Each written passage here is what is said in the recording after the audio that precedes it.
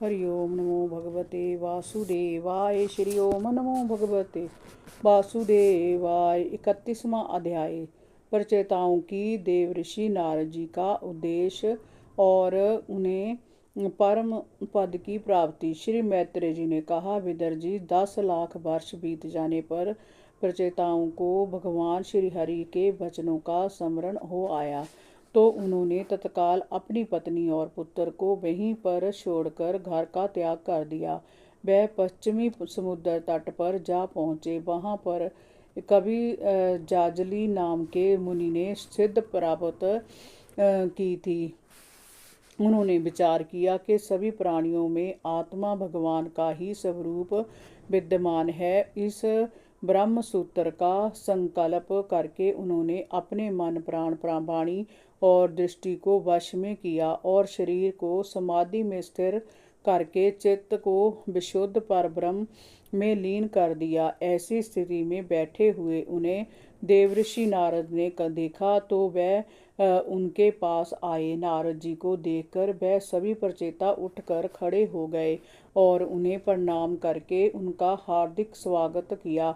नारद जी उनके दिए आसन पर बैठ गए और उन्हें भी बैठने के लिए कहा। प्रचेताओं ने कहा, देवऋषि, हम आपका स्वागत करते हैं। आज हमारे भाग्य से ही आपके दर्शनों का सौभाग्य हमें प्राप्त हुआ है। आपका दर्शन किसी ज्ञान से कम नहीं है। भगवान शंकर और भगवान विष्णु से हमें जो उपदेश मिला था उसे गृहस्थी में आसक्त होकर हम भूल गए हैं, अतः आप हमारे हृदयों में उस परमार्थ तत्व का प्रकाश फिर से भर दीजिए, जिससे हम इस भवसागर से पार उतरकर परम धाम को प्राप्त कर सकें। श्री नारद जी ने कहा, हे राजपुत्रों, इस संसार में उसी मनुष्य का जन्म सफल है जो अपनी वाणी से, अपने कर्मों से, अपनी आयु से और अपने मन से आत्मा सर्वेश्वर श्री हरि का भजन करता है। जो लोग श्री हरि की लीलाओं में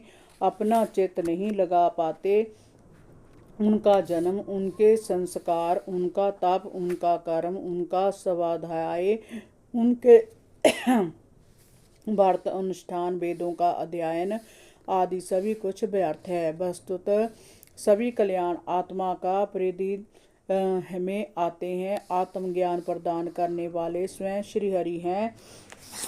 वह ही समस्त प्राणियों में आत्म स्वरूप विद्यमान है। अतः जो सभी प्राणियों से प्रेम करता है वह श्री हरि से प्रेम करता है।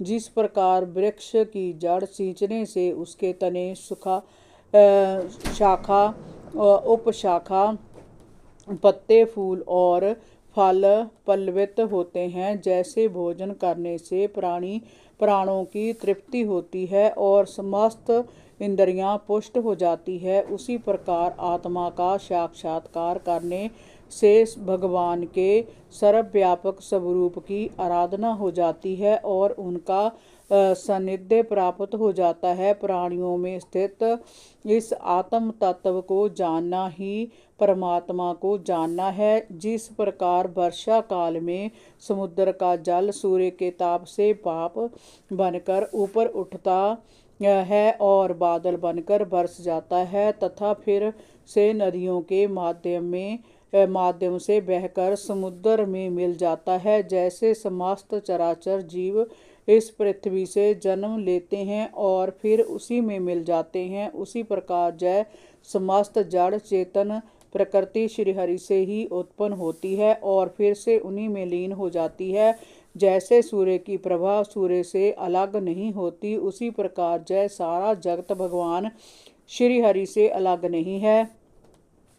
जैसे जागृत अवस्था में शरीर की समस्त इंद्रियां क्रियाशील होती है, किंतु स्फूर्ति अथवा अवस्था में वे शरीर में निष्क्रिय हो जाती है, उसी प्रकार जय जगत सर्ग काल में भगवान से प्रकट हो जाता है और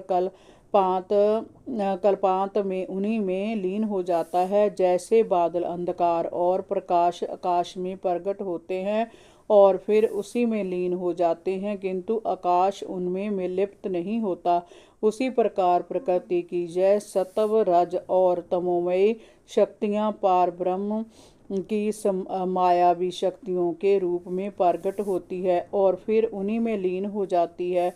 जय कर्म चलता रहता है, परंतु परमात्मा तटस्थ दर्शक की भांति इस सारे प्रपंच को, इस सारे खेल को देखता रहता है, क्योंकि वही इसका नियंता होता है और वही इसे समाप्त करने वाला होता है।